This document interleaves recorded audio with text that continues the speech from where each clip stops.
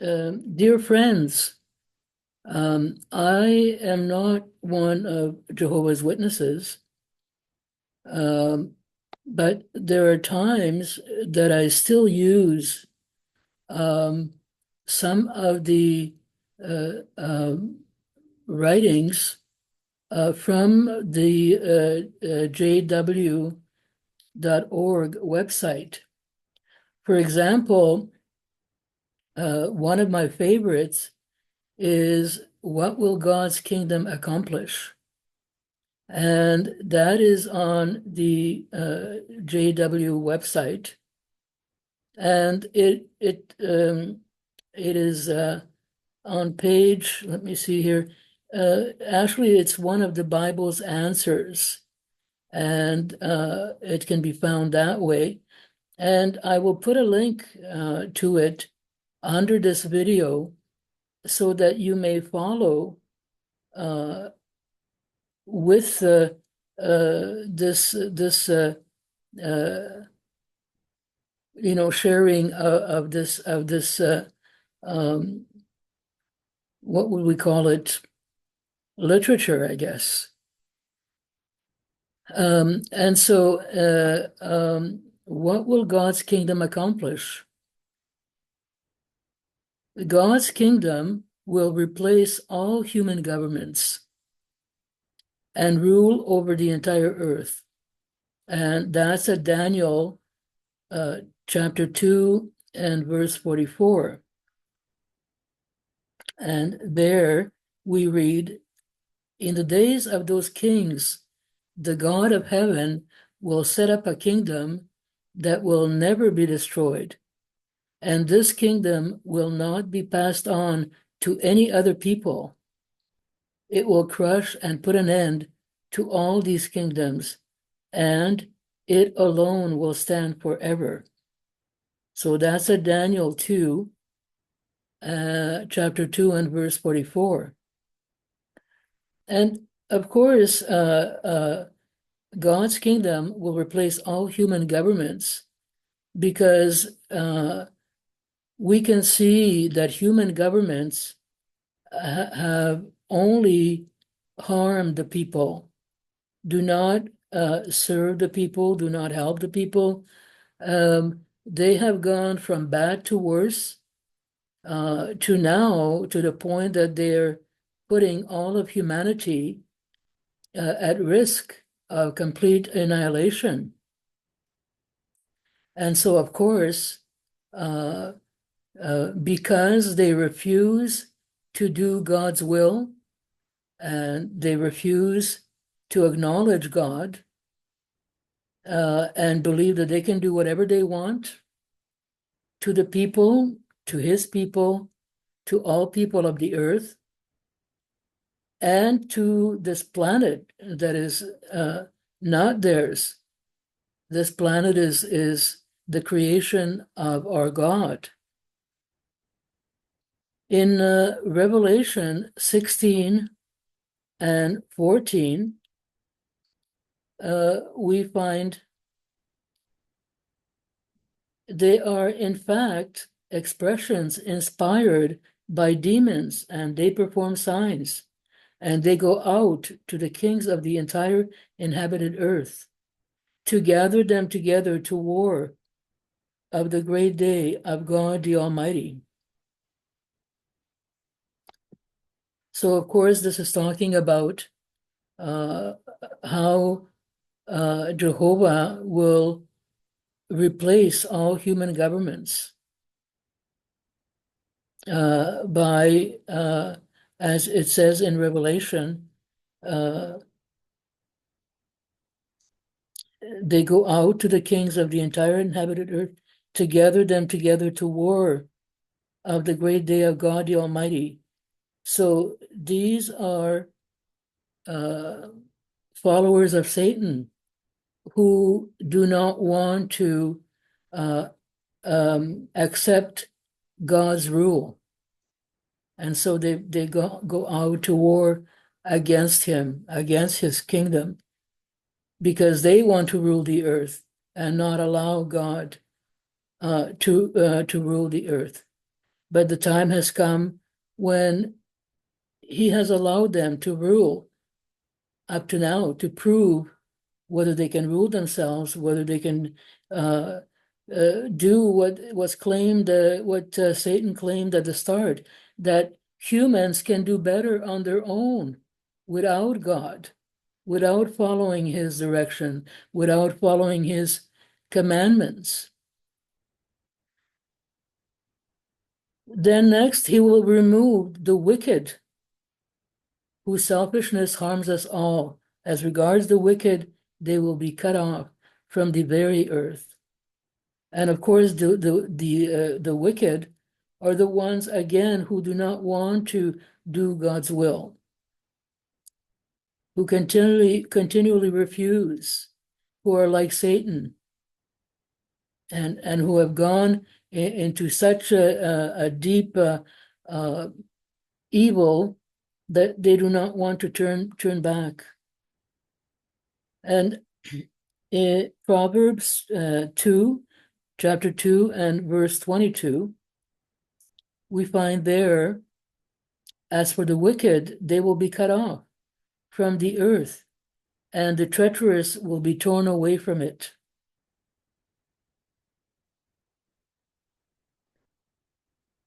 End all wars. God is making wars to cease to the extremity of the earth. Psalms 46 and 9. And this, of course, we know that only God can make all wars to cease. It is not Donald Trump or Robert F. Kennedy who will make the wars to cease throughout the earth. Only God can do this. So in Psalm 46 and 9 says he is bringing an end to wars throughout the earth. He breaks the bow and shatters the spear. He burns the military wagons with fire. And next, bring prosperity and security to the earth. Well, only God can bring prosperity and security to the earth, and wants to, because so far we've seen throughout the ages, throughout the entire history of mankind, prosperity and security have not been what we on the earth have seen. Instead, we have only seen poverty. Most of the earth is in poverty, while only 1% of the earth's population have immense wealth, have 99% of the earth's wealth, while the 99% have only 1% of the earth's wealth. Everyone will live in peace among their own vineyards and fig trees. Now, fig trees, I don't know if you know what fig trees are, but I used to live in Nice, France, and they have fig trees there in Nice. And fig trees, that fruit is so delicious, so good. It's one of the fine delicacies of God's creation. So it is so vineyards, everyone will live in peace among their own vineyards and fig trees, and no one will make them afraid. Micah 4, chapter 4 and verse 4. And this is in the Good News translation, but I'm sure that it is in the King James Version as well, and all the other translations. So at Micah 4 and 4, we find they will sit each under his vine and under his fig tree, and no one will make them afraid, for the mouth of Jehovah of armies has spoken. Yes, only Jehovah can bring these kinds of blessings to mankind. Make the earth into a paradise. Thirsty deserts will be glad. Barren lands will celebrate and blossom with flowers. Isaiah 35 and 1, and this is the contemporary English version. And at Isaiah 35 and 1, we find the wilderness and the parched land will exult, and the desert plain will be joyful and blossom to the saffron. We know that a large part of the earth is covered in deserts, and uh, all of that land will be become like a garden, like a beautiful garden with blossom with flowers. The land will no longer be barren. Much of the earth has been turning into deserts because of man's greed in how they use the land. Provide everyone with meaningful, enjoyable work. The work of their own hands, God's chosen ones, will use to the full. They will not toil for nothing. Isaiah 65, 21 to 23. Imagine doing work that is actually enjoyable, that we enjoy doing with our own hands, and that we will find joy in the reward of our own work, of our own hand, and that no one will take it away from us. Isaiah 65, 21 to 23. They will build houses and live in them. They will plant vineyards and eat their fruitage. They will not build for someone else to inhabit, nor will they plant for others to eat. For the days of my people will be like the days of a tree, and the work of their hands, my chosen ones will enjoy to the full. They will not toil for nothing, nor will they bear children for distress, because they are the offspring made up of those blessed by Jehovah, and their descendants with them. So imagine they will,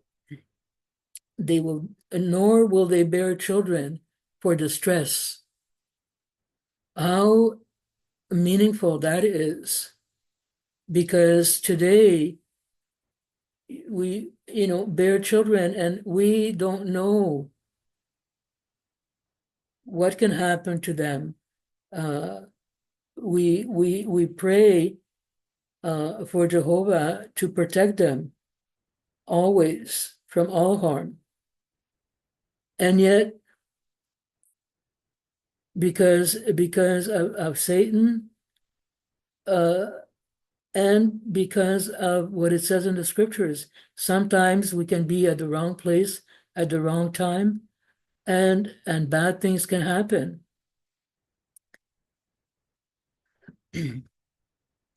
So the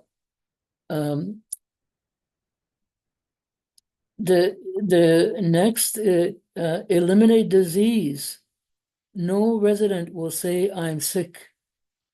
We find this in Isaiah 33 and 24. And no resident will say, I'm sick. The people dwelling in the land will be pardoned for their errors. So imagine that. No more sickness.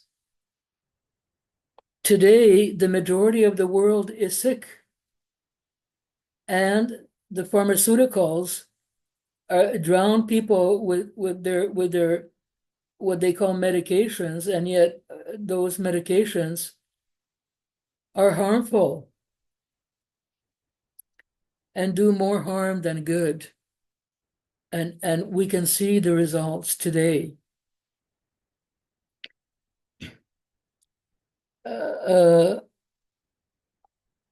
set us free from the aging process. Let his flesh become fresher than in youth. Let him return to the days of his youthful vigor. Job 33 and 25. Imagine that. No more getting old. Let his flesh become fresher than in youth. Let him return to the days of his youthful vigor.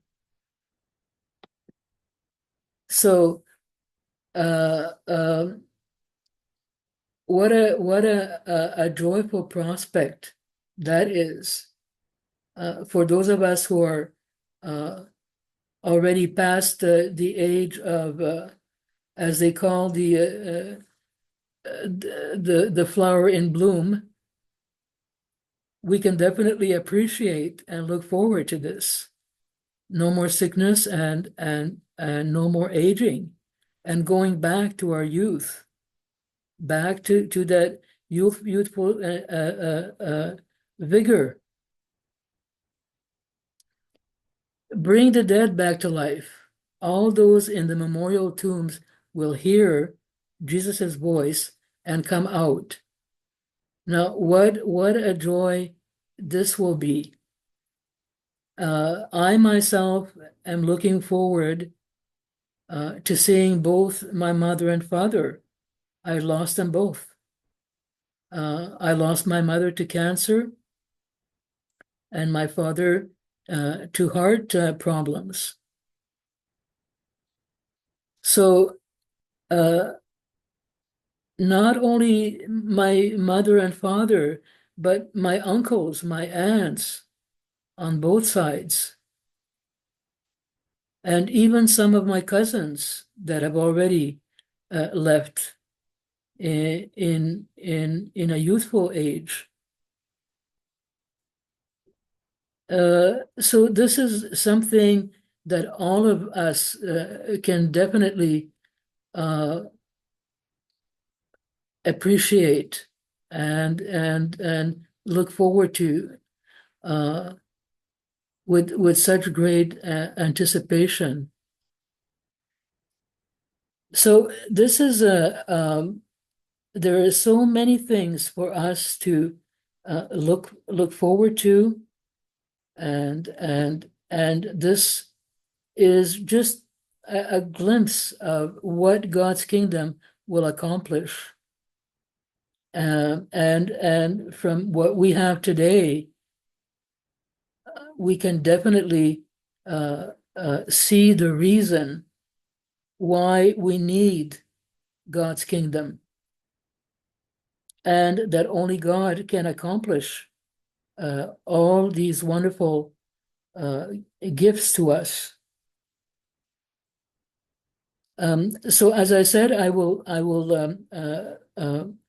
put the link to this below this video, and I hope that you will enjoy reading as well as sharing with me as I have, and sharing with others this video, and reading about what we can hope for and pray for, and what God's kingdom will bring to us. So until next time, take care, my friends, be well, and God bless.